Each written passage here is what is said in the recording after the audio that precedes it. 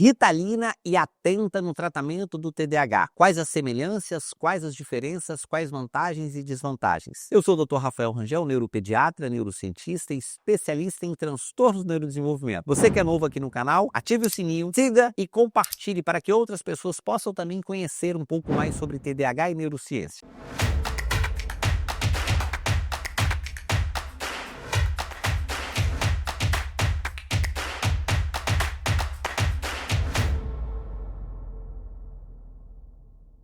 Ritalina e Atenta. Quais vantagens e desvantagens? Estamos falando aqui de duas medicações que são amplamente utilizadas no mundo inteiro para o tratamento do TDAH. A Ritalina nada mais é do que o nome comercial de uma substância chamada de metilfenidato. É o princípio ativo da Ritalina e de outras tantas marcas como Concerta, Concília e Medato, utilizadas para o tratamento de TDAH. Nos guidelines internacionais, essas medicações são consideradas como fármacos de primeira escolha para a grande maioria dos pacientes com TDAH. Por quê? O metilfenidato atua nas duas principais vias que estão alteradas no cérebro de uma pessoa com TDAH, tanto na via da dopamina quanto na via da noradrenalina. Já o Atenta, o que é essa marca? É a marca da atomoxetina, princípio ativo do Atenta, a atomoxetina. A atomoxetina ela é aprovada desde 2002 no mercado americano, uma medicação muito utilizada para o tratamento do TDAH. E chegou ao Brasil em meados dos anos 2023. Só que em muitos dos guidelines, ela é utilizada como um fármaco de segunda escolha para a grande maioria dos pacientes. Por quê? Porque a atomoxetina, diferente do metilfenidato, que atua na via da dopamina e na via da noradrenalina, a atomoxetina atua basicamente na via da noradrenalina, ou seja, é apenas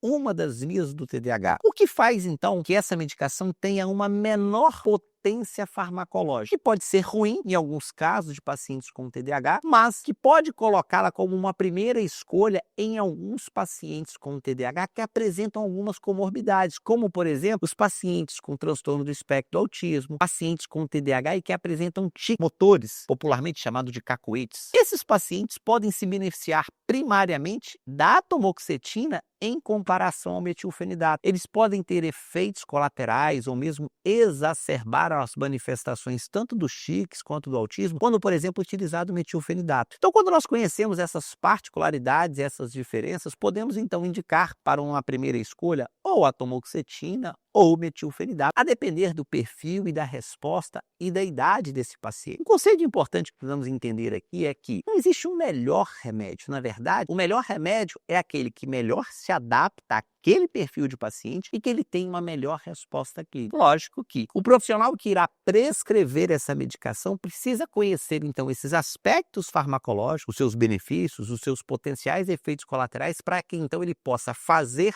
a melhor indicação farmacológica para aquele paciente que ele está cuidando. Outros pontos de destaque é que o metilfenidato ele é da classe dos cicloestimulantes. Então, por exemplo, ele não deve ser utilizado no período noturno. Por quê? Ele vai impactar muito no sono. E sabemos que o paciente com TDAH ele precisa dormir bem, porque senão ele não vai gravar, ele vai ter déficit de memória, ele vai ter todos os prejuízos devido à falta de sono. Já a atomoxetina ela faz parte das medicações chamadas não estimulantes, outro subgrupo do tratamento. Então, ela pode ser utilizada tanto no período diurno, também no período noturno. Então, são algumas das opções. A sua ação, então, pode durar 24 horas, a gente faz um ciclo contínuo dessas medicações. Já os psicoestimulantes, nós vamos preconizar o seu uso no período da manhã e ou no período da tarde, a depender da formulação e da apresentação. Para que quando essa pessoa for deitar e dormir à noite, ele não esteja sob o efeito da Ritalina ou de um metilfenidato de longa duração, impacte no sono. Então, essa é mais uma das diferenças que observamos entre o metilfenidato e a atomoxetina. O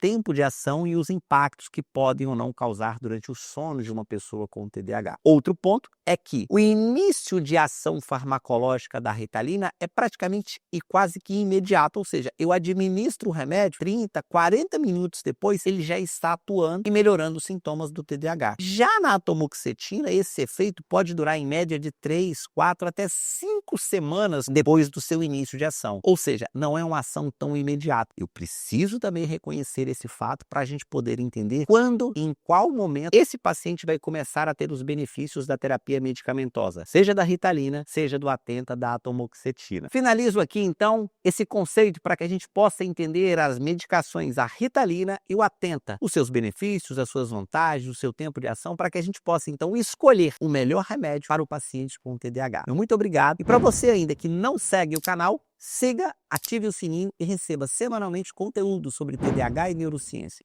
Um grande abraço e nos vemos nos nossos próximos vídeos.